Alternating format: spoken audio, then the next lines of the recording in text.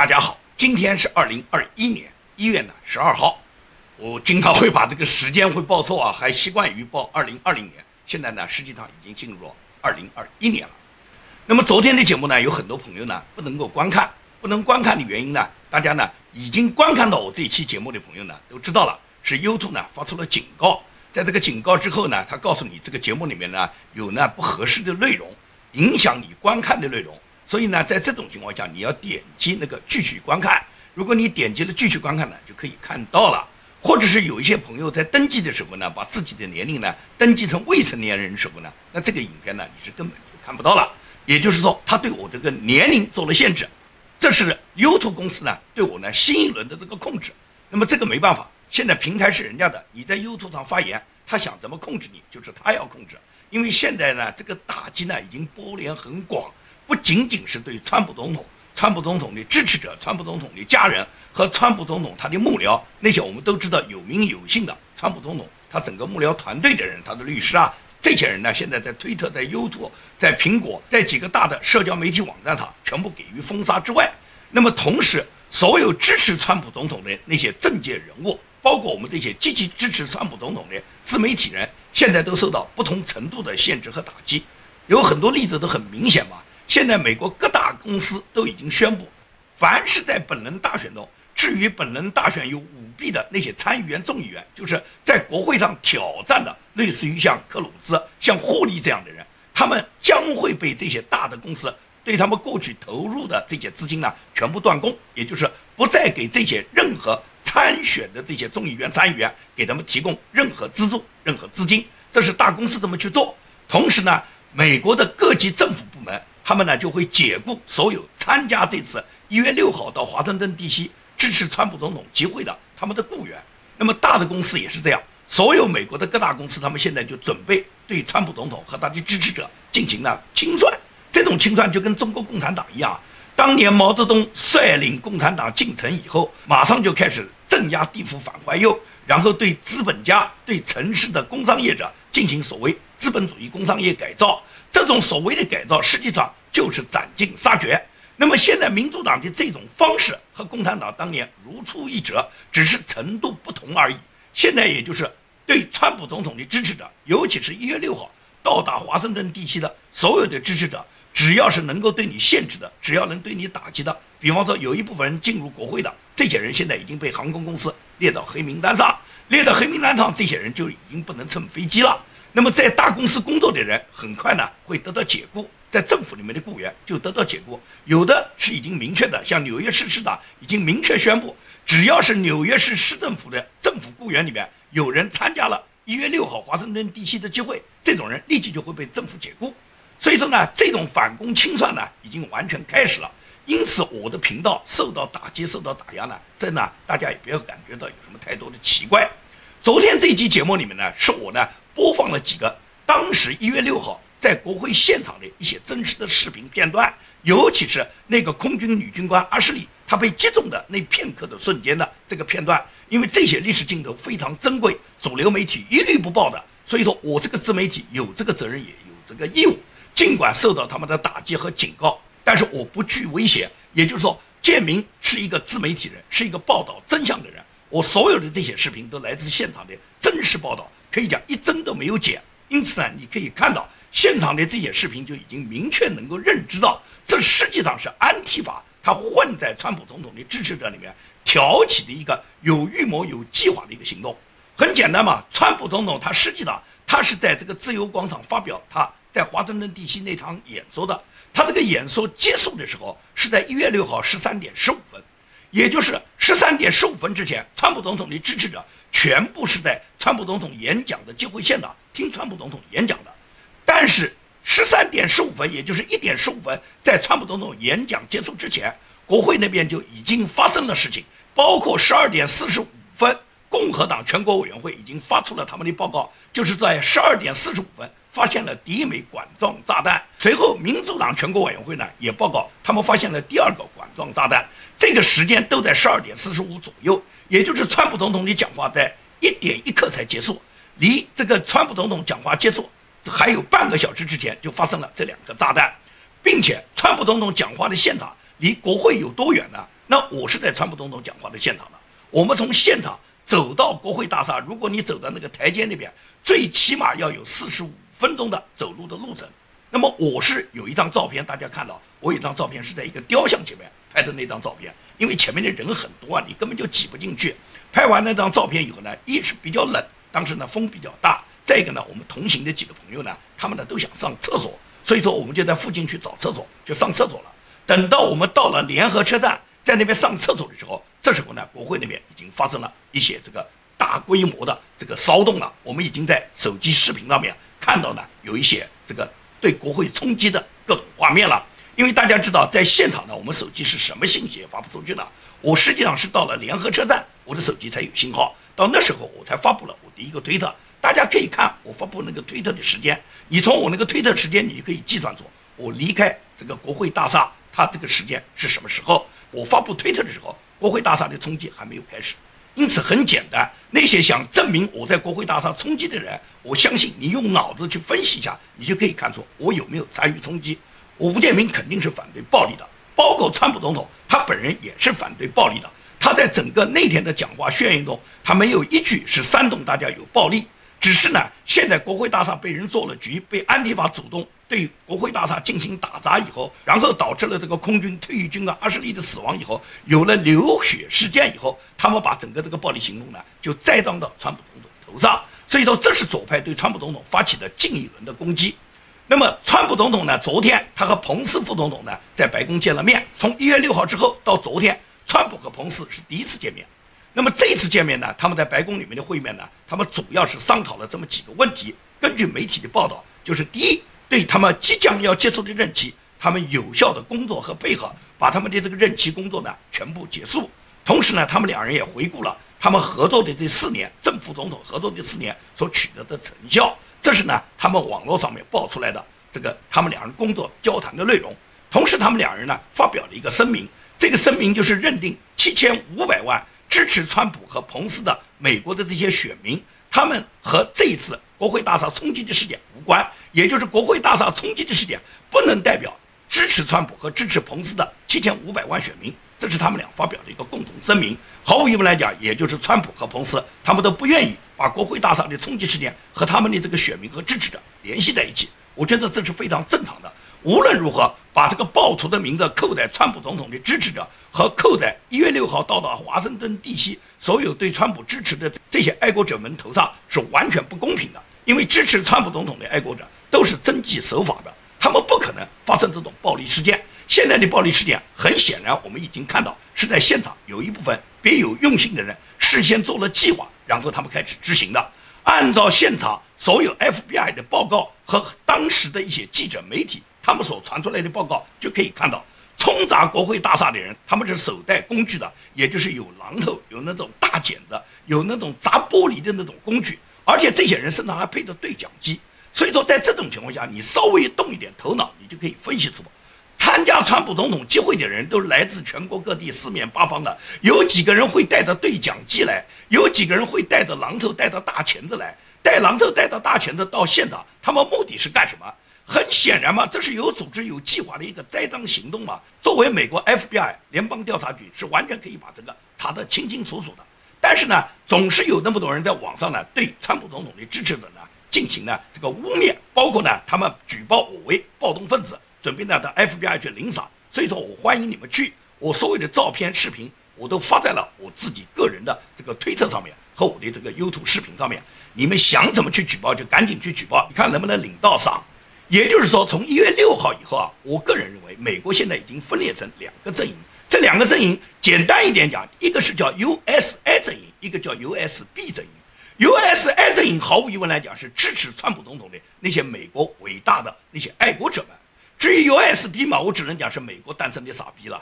因为通过这件事，我们基本上可以看清楚什么人是真的是民主，什么人真的在追求民主。因为你真的爱美国的话，可以讲美国人民在首都集会举行游行示威抗议是无数次的，随便什么时候也不会有一个民主政府会把他们宣布为是暴动。闯进国会的这些人显然是一个阴谋的陷阱。应当来讲，整个这一次这个闯进国会的事件不影响整个川普总统集会爱国者的性质，但是对那些成王败寇的人来，他们不是这样看，他们认为拜登已经当选了，川普已经输掉了，到这时候你还支持川普干什么？这时候你就应该支持拜登。这是绝大部分华人的心态，也就是谁赢了我们就支持谁，不管他用什么手段，不管他这个人是多么的肮脏和恶劣。中国共产党当年也是这样嘛，他们用卑鄙的手段窃取了中华民国的政权以后，所有那些支持共产党的人，不都是因为成王败寇吗？也就是毛泽东赢了吗？今天他们认为拜登赢了就应该支持拜登，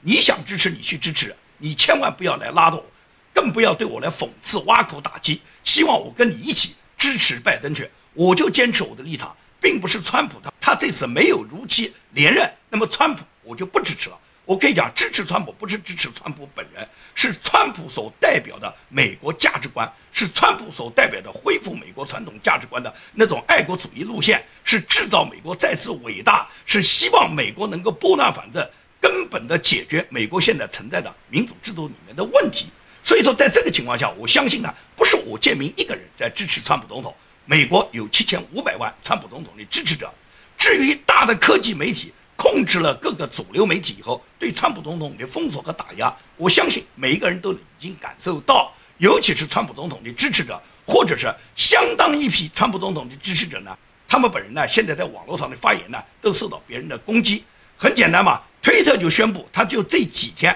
他关闭了7万个账户。你觉得这7万个人都是什么人呢？这些人都需要得到株连吗？这些人都在是煽动暴动吗？所以说，推特公司他现在关闭的7万个账户，显然他就是封堵了这7万个人的言论自由。那么在这种情况下，无论是推特公司也好，脸书公司也好，他们的做法必然会引起人家反对你们的这个暴力霸凌，反对你们这个媒体科技媒体，你们形成了这个独立的这个垄断地位以后，然后对人民的言论进行钳制。所以说呢，这个世界首富马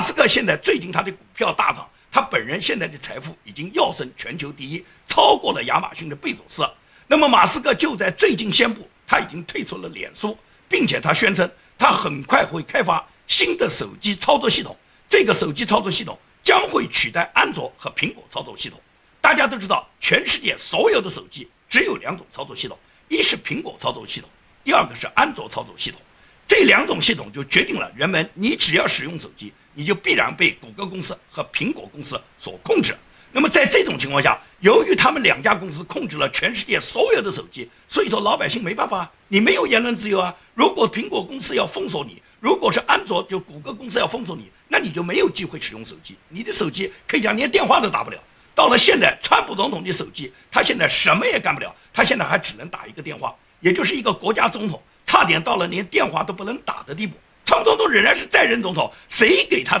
科技公司这种权利，能够限制总统的权利呢？科技公司霸凌要到什么地步呢？马斯克之所以要宣布要开发手机操作系统，你怀疑马斯克的智商，还是怀疑马斯克的能力，还是马斯克没有这个资金？你觉得马斯克不能做到吗？我告诉你讲，马斯克一定能做到。至于马斯克能不能做到以后，是他跟川普总统合作，是支持美国广开言论，还是他变成了马克思跟共产党合作，通过他的手机系统形成了更大的垄断，帮助共产党去一统世界，搞习近平的全球命运共同体，那就不好说了。因为马斯克他走什么样的路，实际上马斯克走的这条路直接决定了人类他未来是往光明的方向走，还是往黑暗的方向走。因为科技巨头如果都导向专制，都跟共产主义合作的话，那么毫无疑问来讲，全世界的人民都会被共产主义捆绑。现在是互联网时代，互联网正是这些科技巨头他们控制了人们的言论，而控制人们言论就必然控制人们思想嘛。先控制言论，后控制枪，最终就控制你的生命，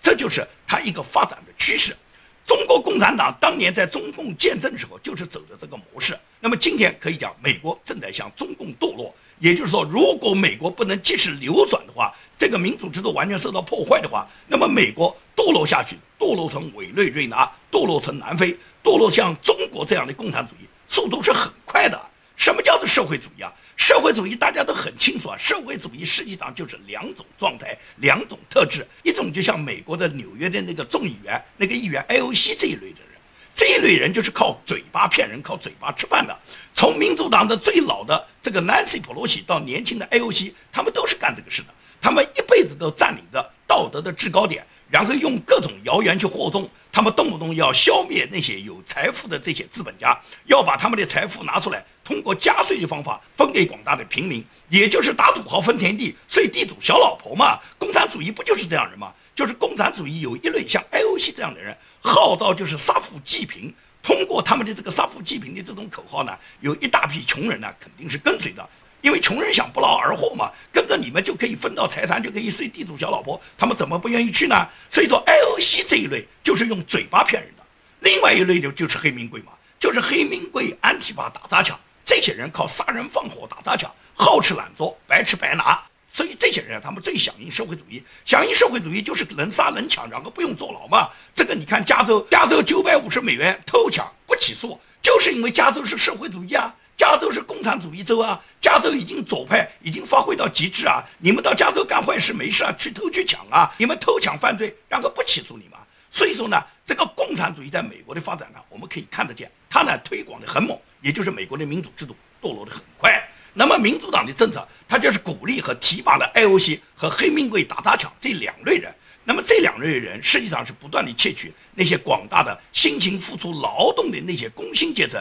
是占取了他们的劳动成果以后，然后把人性中的恶呢得到了最大的释放。这就是民主党的社会主义呢，在美国现在有那么大的市场。这个市场来自于哪里？来自于大量的非法移民。大家都知道，美国最近这10-20年来已经有几千万的这些非法移民涌进了美国。拜登不是说过吗？他上台以后就要给2100万非法移民给他们身份。因为这些非法移民都来自世界上其他的那些贫穷国家和那些暴力恐怖国家，这些绝大部分人他们都非常的贫穷。那么来到美国以后，他们就希望通过打砸抢烧，通过他们自己这种无法无天的行动，然后获取财富。而民主党给这些人创造机会，这些人显然是投民主党的票的，因为民主党给他们生存的空间嘛。所以说呢，民主党就迎合了这些社会最底层的人员，而这种最底层的人员并不是美国本身制造的，是来自于全世界流亡到美国这种非法进入美国的移民。民主党的政策就是要通过这些移民来掠夺美国现成的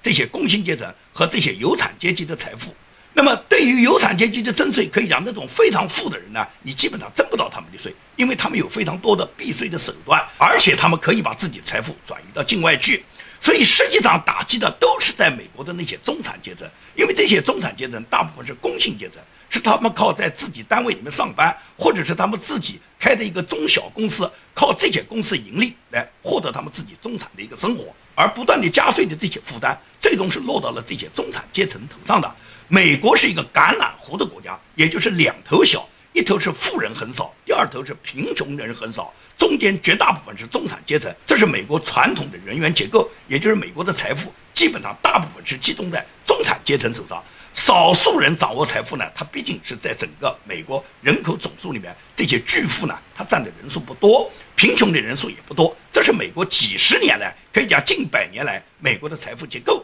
但是最近这么几十年来呢，已经完全改变，尤其是最近1-20年来，从奥巴马执政到现在这么10几年来，大量的非法移民进入美国以后，已经完全改变了这个结构，也就是富人把自己的钱转到海外去，而中产阶层不断的被压缩，很多中产阶层已经沦为穷人。那么大量的非法移民不断的涌进美国以后，就加速了这个美国穷人比例的扩大，所以现在已经完全不能称为美国的这个财富阶层还是一个橄榄湖状态了。也就是说，美国如果滑向委内瑞拉，滑向社会主义，它这个速度是非常非常快的。你可以看整个这次所谓主流媒体封杀川普和封杀整个代表川普所执行的这个传统保守主义路线，它这个封杀的速度多快。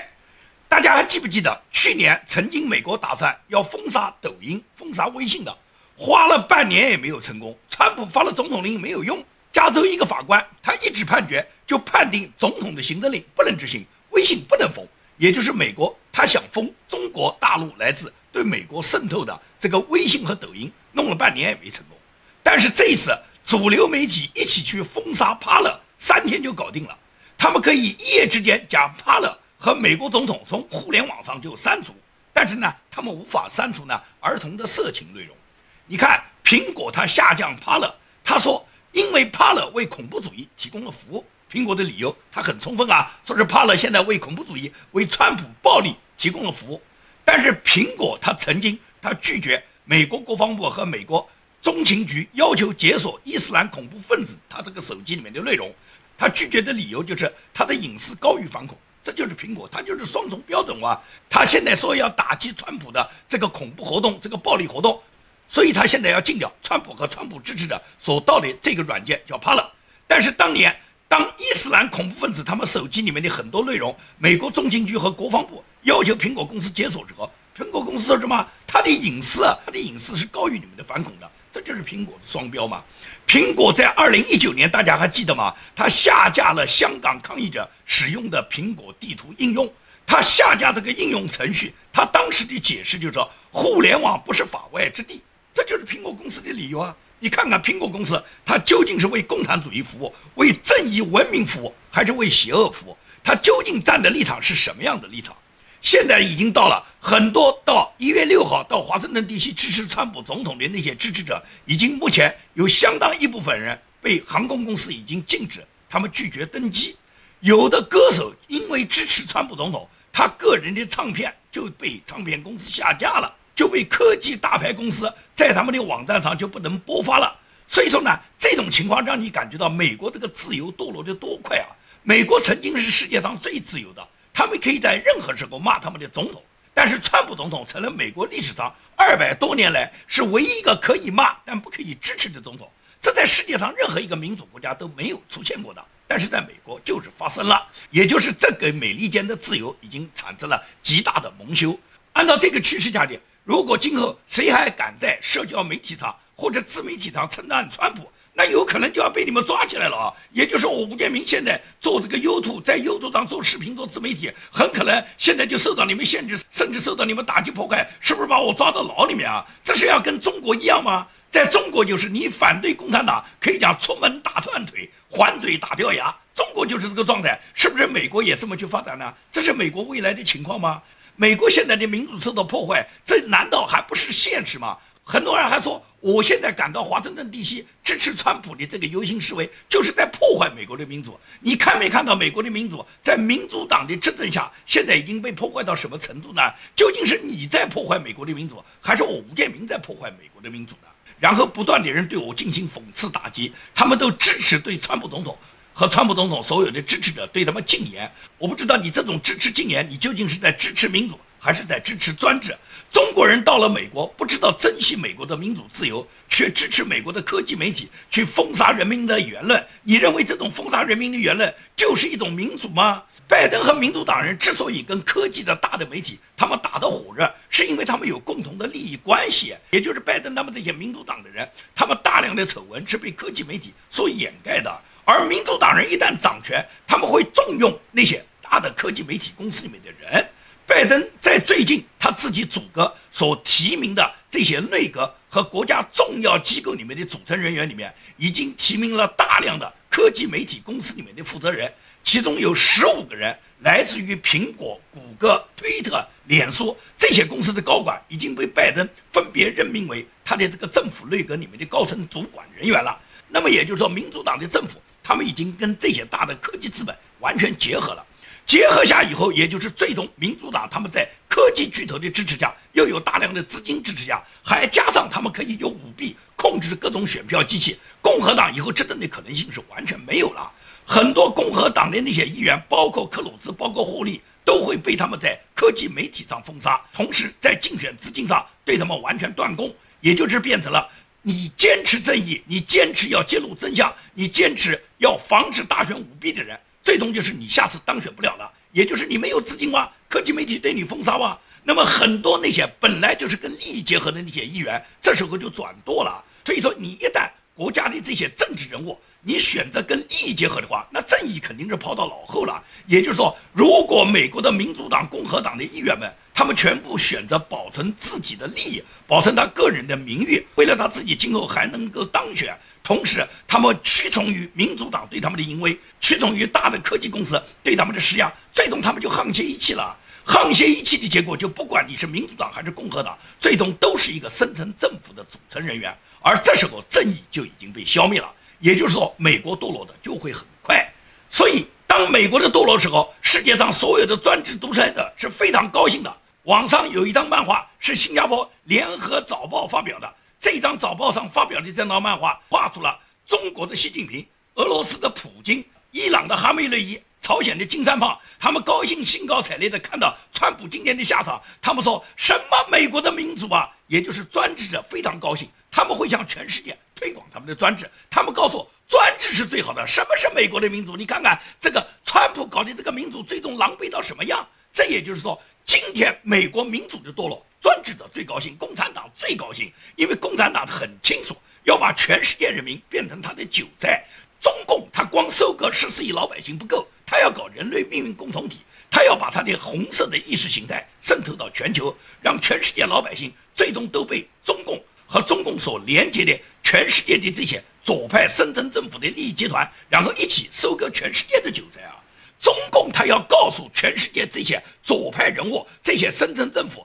这些西方的这些所谓民主国家的领导人，要跟中共一起去推行他的意识形态，去搞他的人类命运共同体。他们需要全世界老百姓都作为他们的奴隶，然后被他们当作韭菜来收割。出油率最高的农作物不是花生，花生的出油率才22%，也不是油菜，油菜的出油率也不过是35%。中共用事实告诉了全世界这些左派和全世界这些跟中共勾兑的这些政府的执政者，告诉他们出油率最高的是韭菜，韭菜的出油率高达99%。所以在这种情况下，中共他已经用他自己的专制的行为，他对韭菜的压榨已经给全世界塑造了一个专制的榜样。目前来讲，中共就是要告诉全世界人民，他的专制是最好的制度，而全世界很多民主国家不断的堕落，不断的滑向专制，这正是中共的渗透和人心的堕落，以及美国和其他西方国家这些左派人物他们跟中共利益结合的结果。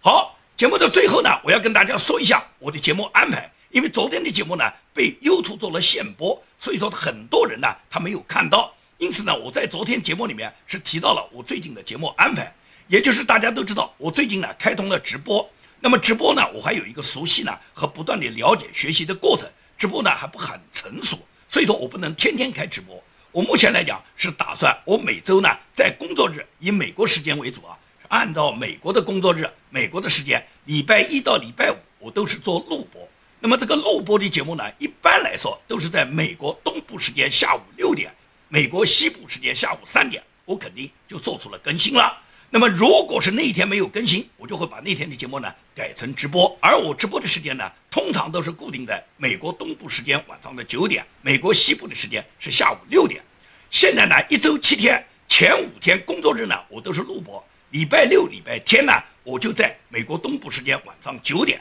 美国西部时间晚上6点，这个时候呢给大家呢做周末的双休日的直播，也就是一周7天节目，每天更新，其中双休日做直播，其他的几天呢都做录播。所以说我的节目呢就打算这么去安排。那么告诉大家呢，也就是说大家心里面知道我的节目安排以后，也就是便于大家到时候上线收听收看。那么明天呢比较特殊，因为明天呢是我要参加跟王文耿的开庭，也就是蚂蚁帮啊，蚂蚁帮那个带着一帮蚂蚁围剿我家的那个为首的叫王文耿，现在已经被郭文贵打为伪类的了。这个人呢跟我呢明天是第4次开庭，所以说明天开庭呢会占据我1天的时间。那么原定明天本来应该是录播的，那明天多半录播是播不了了，也就是我争取在明天晚上6点钟，美国西部时间的6点，美国东部时间的9点，给大家呢做直播，这是明天的节目安排。好，今天的节目就做到这里，谢谢大家。